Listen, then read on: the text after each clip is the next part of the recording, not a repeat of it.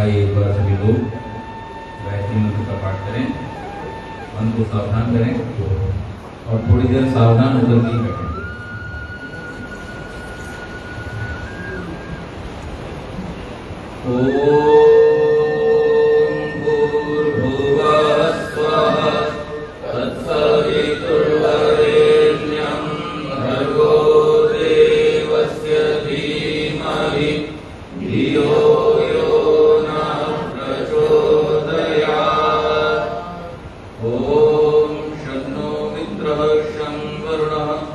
शन्नो भवत्वर्यः शन्न इन्द्रो बृहस्पतिः शन्नो विष्णुरुक्रमः।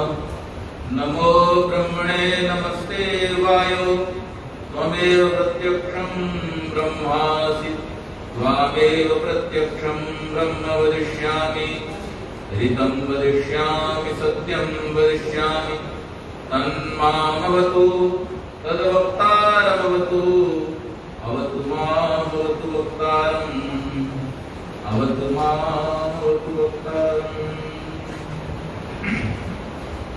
पूज्य सन्यासी वृंद, आदरणीय आचार्य जी, आर्य समाज चेंबूर के समस्त पदाधिकारीगण, प्रधान जी, मंत्री जी, कोषाध्यक्ष जी, जिनके मधुर भजनों से हम सभी आनंदित हो रहे थे, आदरणीय भाई प्रभाकर गुप्ता जी और उनका इतने सुंदर ढंग से लय तालबद्ध जो साथ दे रहे थे आदरणीय पांडे जी,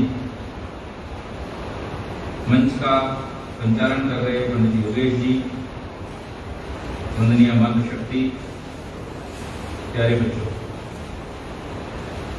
आज हमने बड़े सुंदर मंत्रों से आहुतियां दी। कल से हमारा यह कार्यक्रम आरंभ हुआ और निरंतर हम वेद की इन ऋचाओं का पाठ करते हुए इस क्रम से आगे बढ़ रहे हैं। 15 अगस्त के दिन यज्ञ की पूर्णाहुति रखी गई है और उस समय तक हम लोग यजुर्वेद का पाठ पूरा करेंगे। ये अवसर बड़े सौभाग्य से प्राप्त होता है कि हम अच्छी बातों को सुने। कहा भी गया है,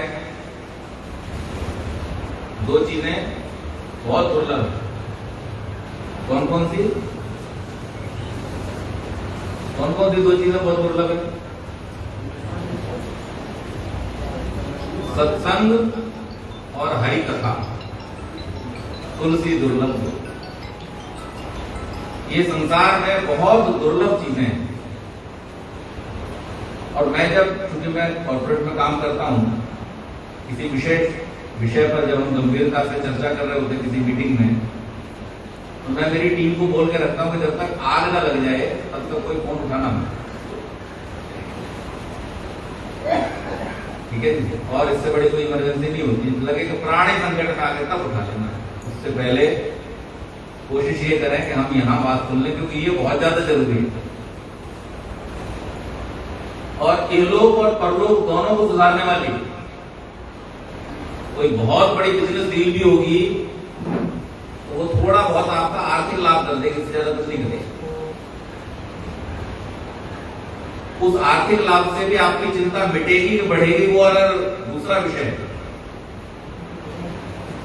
डिबेटेबल है, क्वेश्चनेबल है। आपकी चिंता घटेगी या बढ़ेगी। लेकिन वेद की जो चर्चा हम यहाँ करने जा रहे हैं उससे निश्चित है कि आपका कल्याण ही होगा, इसमें कोई दो राय है ही नहीं। तो इसलिए थोड़ी देर के लिए अपने आप को यहीं पर रखें, मन से भी, शरीर से भी, ध्यान से भी, और फोन्स को साइलेंट कर दें। साइलेंट कर देंगे तो आपको वो डिस्टर्ब नहीं करेगा। तो पहले अध्याय का एक बड़ा सुंदर मंत्र, मैं तो आज कितने मंत्रों का पाठ हो रहा था, देखता जा रहा था कौन कौन से लूंगा, कौन कौन सी बातों पर चर्चा करूंगा। क्योंकि सब पर चर्चा करना तो आसान है नहीं, समय तो उतना नहीं है, लेकिन फिर भी आपको मैं उन मंत्रों से परिचित कराना चाहता हूं जिनसे आपको वेद का परिचय हो जाए।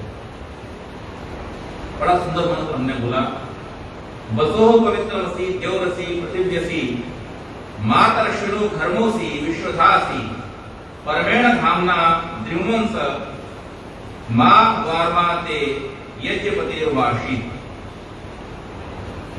इस मंत्र का जो ऋषि है वो परमेष्ठी प्रजापति है, देवता इसका यज्ञ ही है।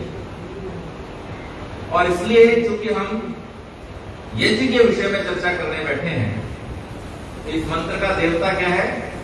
यज्ञ। तो इस मंत्र में कहा गया है कि सबसे पहले वसु। अब आपने बहुत बार सुना होगा शतपथ ब्राह्मण के कुछ वाक्यों को, यज्ञो वै विष्णु, यज्ञो वै श्रेष्ठतमं कर्म, ऐसे ही कहा गया है यज्ञो वै वसु। वसु शब्द का क्या अर्थ है?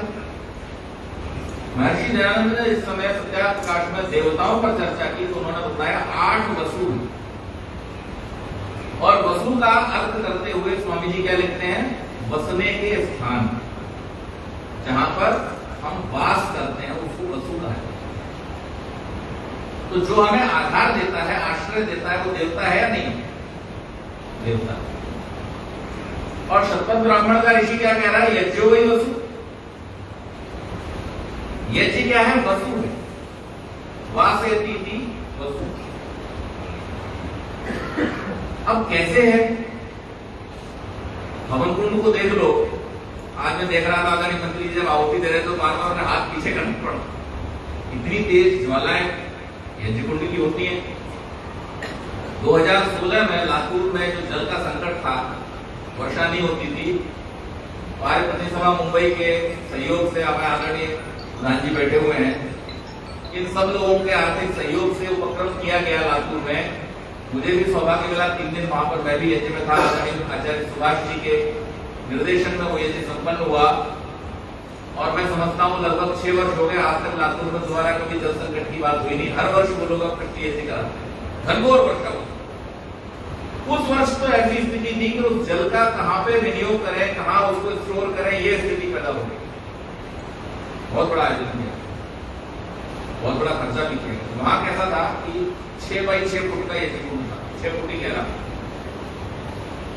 और 6 फुट चौड़ा चौकोर। और उसके पास में बैठ करके कोई यज्ञ में आहुति तो दे नहीं सकता, इतनी दूर से आप हाथ चल जाएगा अगर आप पास बैठेंगे, ज्वालाएं ऊंची ऊंची उठती। तो केवल सामग्री चढ़ाते थे लोग, और बाकी जो घृत था वो ऊपर एक मटका स्टील का बांध दिया गया था, और उसमें से धार बंद करके लगातार वो घृत अग्नि में गिरता है। और उसकी वाष्प से एक ऐसा वातावरण तैयार होता है कि जो ऊपर जो बादल हैं उन बादलों को प्रेरित करता है वर्षा की।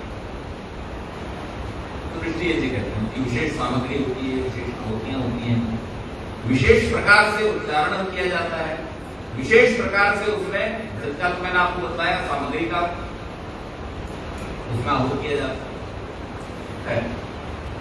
तो अगर हम यज्ञ कुंड को देख लें और उससे कहें कि ये बसने का स्थान है, तो आप सब कहेंगे पंडित जी आज सवेरे सवेरे लगता है कुछ कुंड का नाम है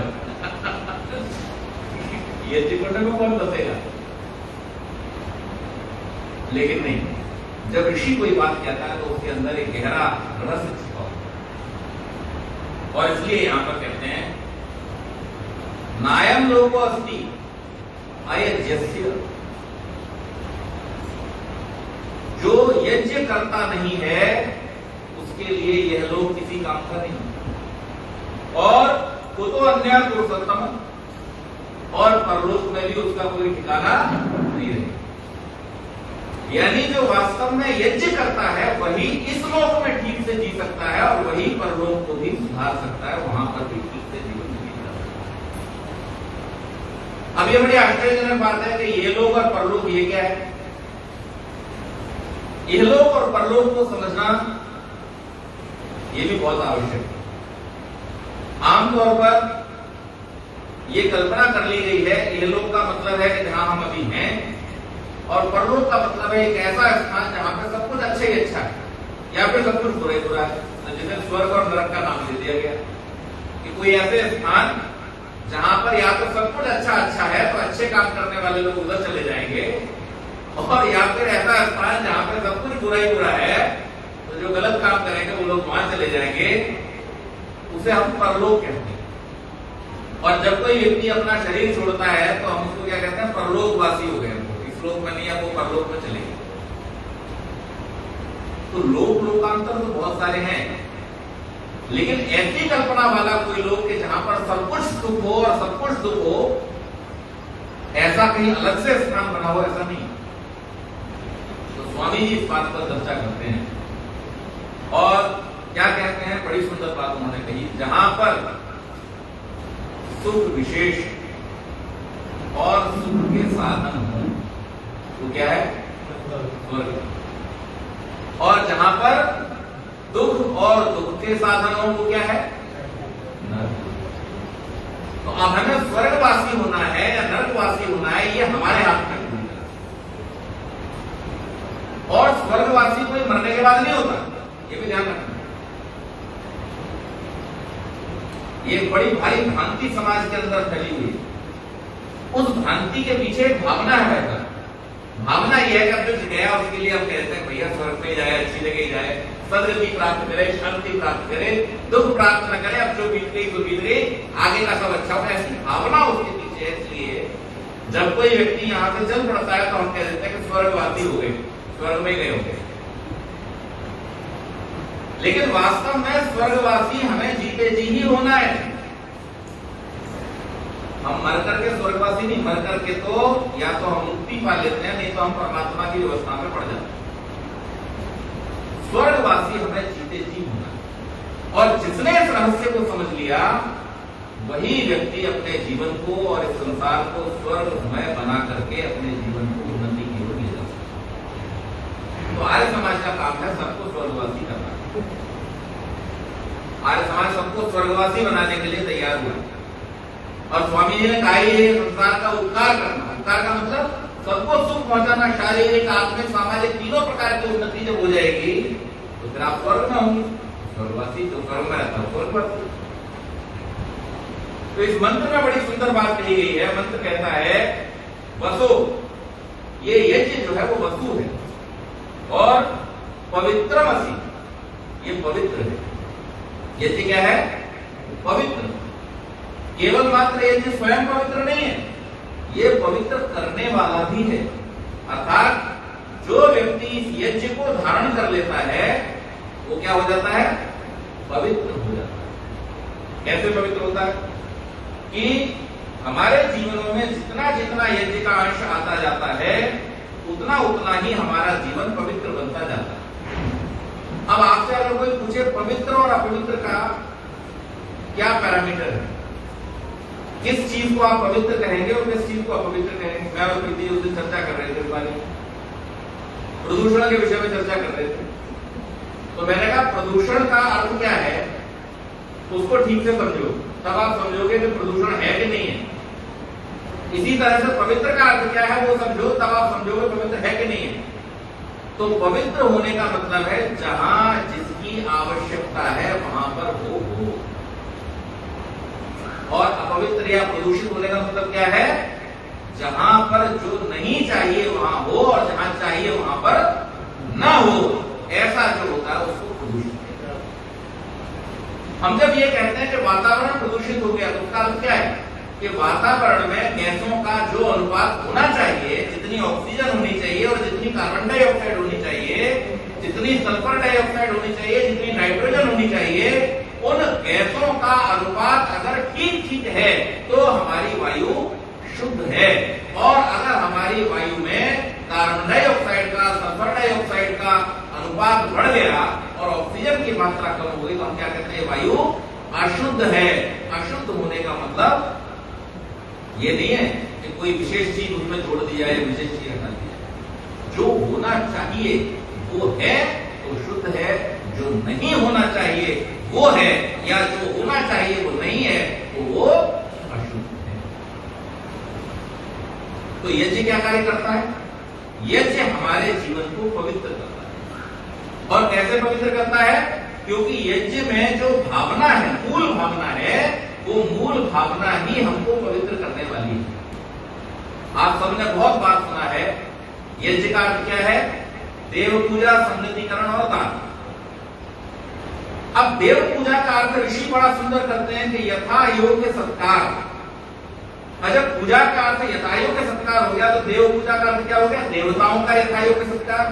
तो वायु को शुद्ध करना वायु का यथायोग्य सत्कार है, जल को शुद्ध करना जल का यथायोग्य सत्कार है, पितरों की सेवा करना उनका यथायोग्य सत्कार है, विद्वानों को सहयोग करना उनका यथायोग्य सत्कार है, अतिथि को भोजन कराना उसका यथायोग्य सत्कार है, ब्रह्मचारी को साधन पहुंचाना उसका यथायोग्य सत्कार है, और चोर को दंड देना भी उसका यथायोग्य सत्कार है।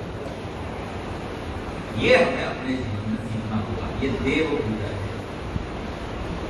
और इससे क्या होता है? जब हम यथायोग्य सत्कार कर देते हैं तब हर वस्तु अपनी अपनी जगह पर कैसी हो जाती है? व्यवस्थित हो जाती है, शांत हो जाती है। प्रार्थना तो हम रोज करते हैं, देव शांति। किसी दिन कई बार ऐसा हो जाता है कि अन्य सूचनाएं देते देते आर्य समाज के कार्यकर्ता, विद्वान, पुरोहित लोग भूल जाते हैं कि शांति पाठ आज रह गया। तो फिर पीछे से कोई हाथ उठा के कहना, अरे आज शांति पाठ करो, शांति पाठ जल्दी करो, शांति पाठ जल्दी करो। शांति पाठ के बिना हमारा कार्यक्रम पूरा नहीं होता। लेकिन शांति का अर्थ क्या है? शांति का अर्थ है व्यवस्था। शांति का अर्थ चुप होकर बैठना नहीं। शांति का अर्थ क्या है? व्यवस्था। जब जल के अंदर कोई विक्षोभ नहीं होता तब हम क्या कहते हैं? जल शांत है। विक्षोभ जब तक हो रहा है तब तक वो शांत। इसी प्रकार से जब तक हमारे मन के अंदर विक्षोभ उत्पन्न होता रहता तब तक हम क्या है? अशांत हैं। जब मन व्यवस्थित हो जाता है, जब हमारा शरीर व्यवस्थित हो जाता है, जब हमारा वातावरण व्यवस्थित हो जाता है, तभी तो हम कहते हैं देव शांति, अंतरिक्षम शांति, पृथ्वी शांति, आपा शांति, औषधय शांति। सब कुछ व्यवस्थित रहे, सब कुछ जहां जैसा होना चाहिए वैसा रहे। वैसा करने का साधन आपके पास क्या है? तो वैसा करने का साधन ऋषियों ने आपको अनुसंधान करके दिया और समाधिस्थ होकर के ईश्वर की कृपा से प्राप्त करके आपको दिया, जिसका नाम है अग्निहोत्र। इसीलिए उसको हम देव यज्ञ कहते हैं। देव। और जब कोई व्यक्ति इस देव पूजा को अपने जीवन में धारण कर लेता है तब उसके जीवन में भौतिक व्यवस्था आ जाती है, वातावरण व्यवस्थित हो जाता है। आजकल हम लोग लाखों रुपया लोगों को खर्चा करते देखते हैं वास्तु शांति। ऋषि दयानंद ने संस्कार विधि में जो गृहाश्रम प्रकरण है वहां पर वास्तु की विधि दी, और वास्तु की विधि देते हुए उन्होंने बड़े सुंदर अथर्ववेद के मंत्रों को वहां पर उद्धृत किया। वास्तुष्पदे प्रदर्शनम एलियट्स वालो भूगलक्ष्मी वृंदो ऐसा सुनते सख्ये श्याम पिते और पुत्रान पुत्र विशेषव। क्या कहा है? वास्तु कौन सा अच्छा है? अरे बहुत बढ़िया बढ़िया झूमर लग रहे थे, एयर कंडीशन लग रहे थे, मखमली गद्दे बिछे हुए थे, सोफे लगे हुए थे, सुंदर झूमरों से सजा हुआ हमारा पूरा का पूरा बढ़िया घर था। लेकिन उस घर में पिता और पुत्र आपस में दंगम दंगा कर रहे थे, लड़ाई लड़ रहे थे। बोलो वो वास्तु कभी शुद्ध वास्तु कहलाए? वेद इसका निदान करता है।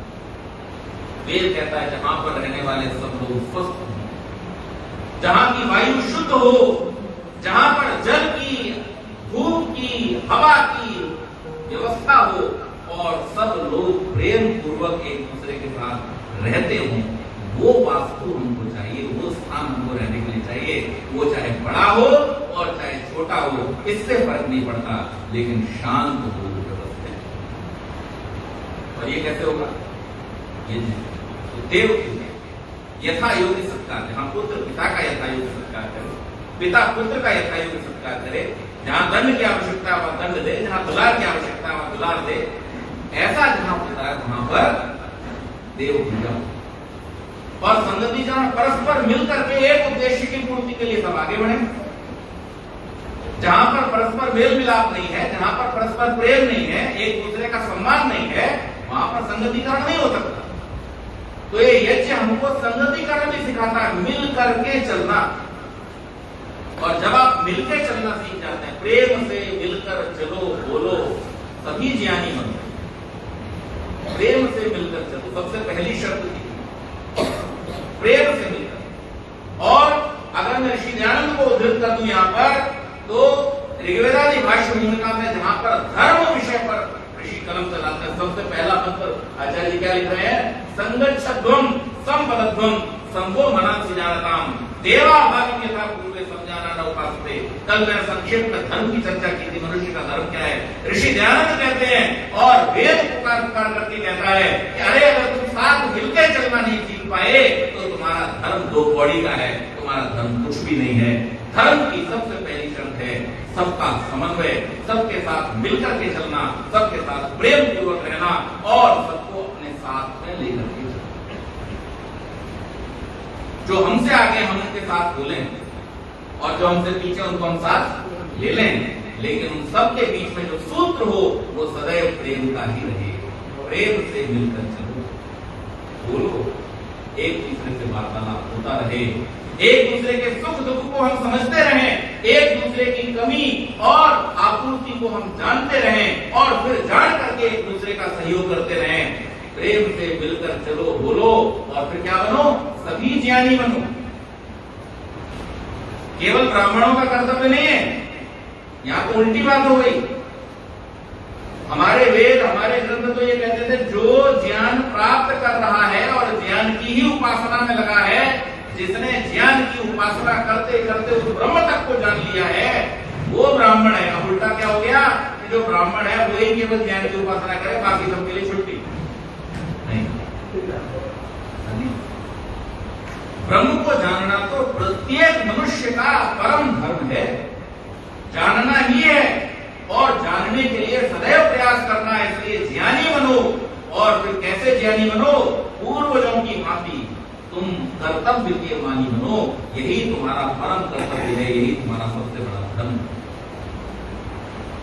पैसा कमाना, उससे अनाज पाना, अनाज खा पी करके सो जाना, संतान उत्पत्ति कर लेना, अपने से मजबूर से डरते रहना, अपने से कमजोर को डराते रहना, ये सब तो पशुओं के काम है, मनुष्य का काम नहीं है।